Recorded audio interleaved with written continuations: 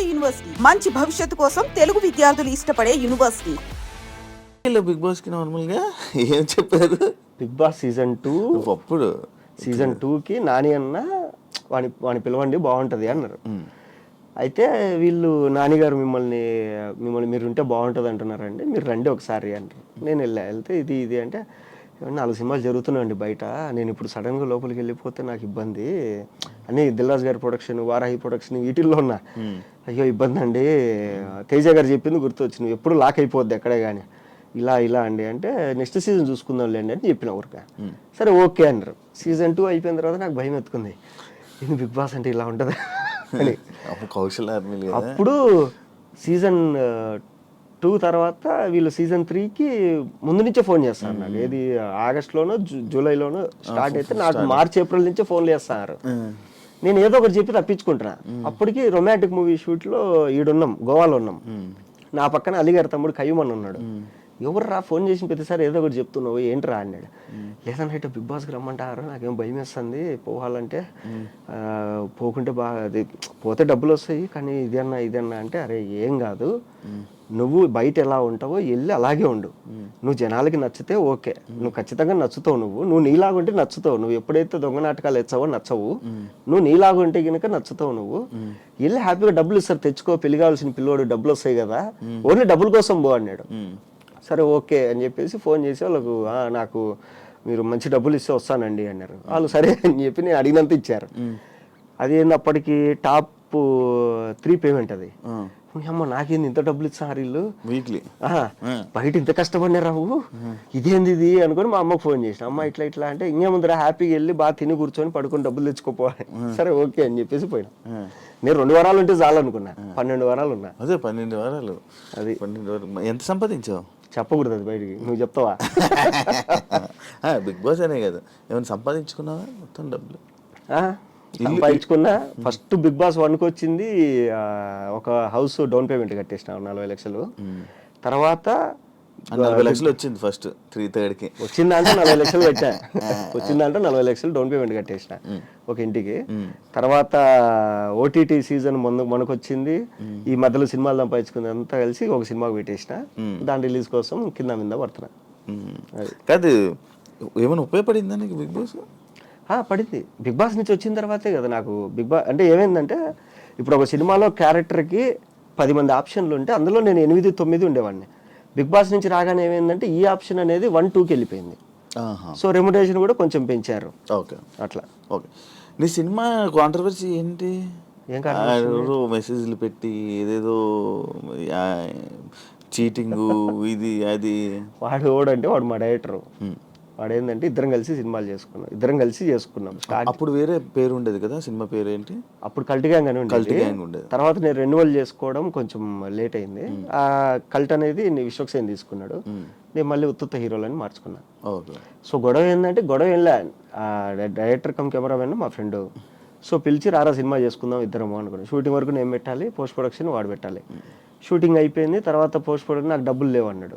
డబ్బులు లేవన్నప్పుడు ఎట్లా, సరే ఇది కూడా నేనే పెట్టేస్తాలే అని చెప్పేసి మొత్తం అంతా కంప్లీట్ చేసుకున్నాము. మొత్తం అంతా అయిపోయిన తర్వాత ఇప్పుడు నాకు తెలిసిన పరిచయాలతో మైత్రి డిస్ట్రిబ్యూటర్స్ ఇలా అందరినీ కలుస్తున్నాం. వాడిని నేను వెళ్ళి కలుస్తున్నాడికి మనోడు ఏంటంటే కొంచెం ఊహల్లో ఉండిపోయాడు. ఏది సినిమా అయిపోగానే ఇంత డబ్బులు వచ్చేస్తాయి, నేను ల్యాండ్ తీసుకోవాలి, కార్ తీసుకోవాలి, ఇది మొత్తం ప్లాన్ చేసి నేనేది ఫస్ట్ సినిమా బయటకు వచ్చేదాలని చెప్పి నేనున్నా. తర్వాత ఏమైపోయిందంటే ఇంక నేను ఇట్లా కాదు, ఇది ఒక 2-3 ప్రీమియర్ చేసేద్దాం రామానాయుడులో, ప్రీమియర్లు వేసేస్తే మనకు కనీసం ఏదన్నా కొంచెం బస్ ద్వారానే వస్తుంది ఇండస్ట్రీలో అనుకొని, నువ్వు మొత్తం ఫైనల్ అవుట్పుట్ రెడీ చేసేసి మనం ప్రీమియర్ వేసేసుకుందాం అంటే, అప్పుడు వాడి మైండ్లో ఏం పడిందో కానీ నాకు ఇంత డబ్బులు ఇస్తే కానీ నేను రెడీ చేయను అన్నాడు. నేనేంటంటే ఫ్రెండ్ కదా అని చెప్పి మొత్తం నమ్మి ఫైల్స్ అన్నీ మనోడి దగ్గర పెట్టేసి, నాకు తెలియదు అసలు ఎన్ని హార్డ్ డిస్కులు కొనుక్కున్నాం ఏంటి అంటే, ఎంత ఖర్చు అయింది అనేది అకౌంట్స్ రాసుకుంటున్నా. లేదు ఇది అన్నప్పుడు మనోడికి ఏంటంటే పాపం అప్పటి వరకు అంటే నెగిటివిటీ వచ్చిందో మైండ్లో, ఇది అయిపోతుందో లేదో అని, లేదంటే కనుక వాడికి నిజంగా డబ్బులు అవసరమైంది. అప్పుడు నా దగ్గర డబ్బులు లేవు. నేను నా దగ్గర డబ్బులు ఉంటే నేనే ఇస్తా కదరా నీకు అని. సరే ఇట్లా కాదు, అగ్రిమెంట్ చేసుకుందాం మనము, వచ్చిన తర్వాత ఇంత అని అంటే, సరే ఓకే అగ్రిమెంట్ చేసుకుందాం అని చెప్పిన. తర్వాత వాడు అగ్రిమెంట్ రాలేదు, నేను చేసుకోలేదు. నేనేమన్నా అంటే, సరే అయితే నువ్వు సైలెంట్గా ఉంటే నేను సినిమా మొత్తం రిలీజ్ చేసేసి వచ్చిన డబ్బులు వచ్చిన తర్వాత నేను పిలిచి నీకు కావాలి, నీకు ఇవ్వాల్సింది నీకు ఇచ్చేస్తాను అంటే అప్పటికే ఇచ్చేసిన కొంచెం డబ్బులు, ఇవ్వాల్సింది ఇస్తా అన్న. అది దానికి అందరికి మెసేజ్లు పెడుతున్నారా? దానికి ఏంటంటే వాడు మెసేజ్లు పెట్టేది ఏంటంటే అంటే వాళ్ళ ఫ్రెండ్స్ ఉన్నారు కొంతమంది ఇండస్ట్రీలో, వాళ్ళకి ఇదంతా తెలియదు. ఇప్పుడు నాకు ఇంకొకటి గొడవ అయింది, నేను వచ్చి నా వర్షన్ నీకు చెప్పిన, అవతల ఇంకో మూడో పర్సన్ నీకు తెలియదు, నువ్వేం చేస్తావు నేను చెప్పి నమ్ముతావు కదా. సో అట్లా ఏంటంటే మనోడు చెప్పిందంతా వాళ్ళు నమ్మారు, నమ్మేసి వాళ్ళు ఏదేదో సరే ఓకే పోనీలే మనం ఏమైంది, అది ఎందుకు రిలీజ్ అవ్వట్లా? ఉన్న డబ్బులంతా దానికే పెట్టేసిన. ఇప్పుడు ఎవడెవడైతే ఈ ఎరిపప్పు వాళ్ళందరూ కామెంట్లు పెట్టారో ఈ నా కొడుకులందరూ తలా ఇంత వేసుకునే కానీ సినిమా అయిపోతుంది. జేబులోంచి డబ్బులు తీసి ఏమైనా హెల్ప్ చేయండి అంటే ఓడి చేయట్లే, ఊరికి కామెంట్లు పెడతారు అంతే. కామెంట్లు పెడితే ఏం చేసుకోవాలి, ఏడు ముడ్లు పెట్టుకోవాలి ఎన్ని కామెంట్లు. నేను చెప్పినా క్లియర్గా, అరే మీరు ఇంత బాధపడతారు కదా మీ వాడికి పేరు రాలేదని, మీరే తలా ఇంత వేసుకొని సినిమా కొనండి, మీరే రిలీజ్ చేయండి, లేదా మీరే తలా ఇంత వేసుకొని సినిమా రిలీజ్కి హెల్ప్ చేయండి రా అంటే ఎవడు చేయడంట, జేబులోంచి ₹1 తీయరంట, ఊరికి ఇన్స్టాగ్రామ్ తీసి కామెంట్లు పెడతారంట. అది ఇప్పుడు రిలీజ్ అవుతుందా? రిలీజ్కి 30 లక్షలు కావాలి. సో ఆ డబ్బుల కోసం నేను అంటే ఇప్పుడు పెళ్ళి అయిపోయిన తర్వాత ఏంటంటే ఎంత లేదన్నా నెల అయ్యేసరికి ఒక 75,000 ఖర్చులు వస్తున్నాయి. ఇది హైదరాబాద్లో రెంటు, ఊర్లో రెంటు, ఇక్కడ ఖర్చులు అక్కడ ఖర్చులు అవి. ఓన్ హౌస్ అన్నా? ఓన్ హౌస్ అంటే అదే 40 లక్షలు కట్టాం కదా, వాడు కడతాడు ఇంకా అండర్ కన్స్ట్రక్షన్ లో ఉంది అది. సో ఇది ఓకే. పెళ్ళి లవ్ మ్యారేజా? Love marriage. ఎన్ని ఇయర్స్ లవ్? 8 years. ఎలా పరిచయం? బెంగళూరులో మా చెల్లి వాళ్ళ ఫ్రెండ్ ద్వారా. సో పరిచయం అయిన తర్వాత ఓకే అనుకున్నా. బిగ్ బాస్ నుంచి రాగానే ఇంట్లో వాళ్ళు పెళ్లి సంబంధాలు వస్తున్నాయి, పెళ్లి చేసేసుకున్నారు. సరే మీరేం చూడొద్దు నేనే చూసుకున్నా ఒక అమ్మాయిని అని చెప్పి చూపించిన. సరే ఓకే వాళ్ళు తెలుసా అంటే లేదు అని చెప్పేసి వాళ్ళ ఇంట్లో చెప్పినాం. సరే వాళ్ళు ఓకే అన్నారు, మా వాళ్ళు ఓకే అన్నారు. ఓకే అయిన తర్వాత ఇద్దరు మాట్లాడుకొని పెళ్లి చేసేసినారు అంతే. అంతే, పెద్ద రచ్చలు గిచ్చలు ఏం లేవు. కాదు లవ్ స్టోరీ ఇప్పుడు ఫన్ బకెట్ టైంలోనా? ఫన్ బకెట్ కాదు, 2017లో ఫస్ట్ అమ్మాయిని చూసాను నేను. ఎక్కడ? బెంగళూరు ఎందుకు వెళ్ళావు అసలు? మా చెల్లెలు అక్కడ జాబ్ చేసేది. నువ్వెందుకు వెళ్ళు? మా ఫ్రెండ్స్ అంతా అక్కడే కదా ఉండేది. బెంగళూరు నాతో పాటు చదువుకున్న వాళ్ళందరూ బెంగళూరులోనే సెటిల్ అయింది. సెటిల్ అయింది అక్కడ. పార్టీల కోసం వెళ్ళేవాడివి అంతే, ఇక్కడ తిరిగేవాడిని కాదు. బెంగళూరులోని బ్రివరీలు పబ్బులు అని తిరిగేవాడిని బాగా. హైదరాబాద్ లో ఏం తెలియదు? హైదరాబాద్ ఏంది అడ్రస్లు కూడా తెలుసు నాకు. హైదరాబాద్ లో ఏ ఒక్కడ ఉంటాయి పబ్బులు ఇప్పటికి కొన్ని తెలుసు. ఏది మనం పార్టీలకి ఎప్పుడో కలుస్తాం కదా, ఓకే ఫలానా పప్పు అంటే ఓకే. బర్త్డే పార్టీలకి వెళ్తున్నప్పుడు అంతే, పార్టీలు రోజు పార్టీలకి వెళ్తాం, బర్త్డేలకి వెళ్తున్నప్పుడు మనం. సో అట్లా పరిచయం అంతే. అచ్చా. ఇంట్లో వాళ్ళు ఎప్పుడైతే పెళ్ళి అన్నారో సరే మీరు చూడొద్దు నేనే చూసుకున్నా అని చెప్పిన. ఆ అమ్మాయి కూడా వాళ్ళ ఇంట్లో చెప్పింది. నువ్వు ప్రపోజ్ చేసావా? ప్రపోజ్ చేసింది నేనే చేసా.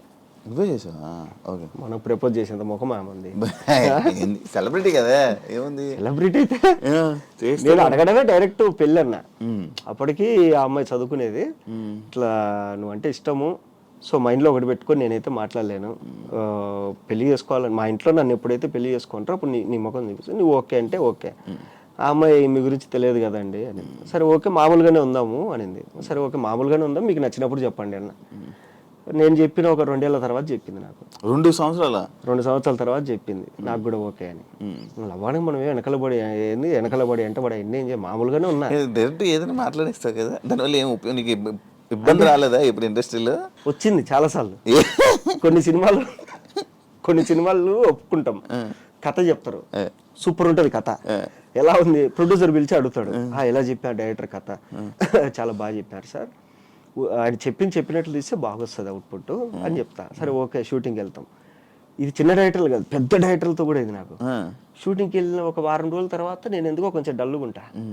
ఎందుకు డల్లుగా ఉన్నావు అంటారు. అనగానే ఎందుకో అన్నా నాకు తేడా కొడుతుంది, ఇది ఇన్ని రోజుల నుంచి షూటింగ్ చేయి ఏ సీన్ కూడా నాకు ఇంట్రెస్ట్ అనిపించట్లేదు. ఇది నేను షూటింగ్కి వెళ్ళగానే ఏం చేస్తా అంటే వెళ్ళగానే అసిస్టెంట్ డైరెక్టర్ దగ్గర ఈరోజు ఏమేమి సీన్లు, నేను లేని సీన్లు కూడా ఇప్పించుకొని చదువుతా.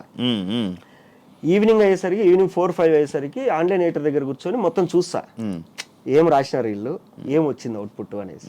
నాకు అక్కడ ఏదో తేడా కొట్టిందంటే చెప్పేస్తా, ఏదో తేడా కొడుతుంది నాకు ఈ సినిమా అంటే, ఏం మాట్లాడతావు నువ్వు, అందరు బాగుందంటారు నువ్వు బాగాలేదంట, ఏమో నాకు అనిపించింది.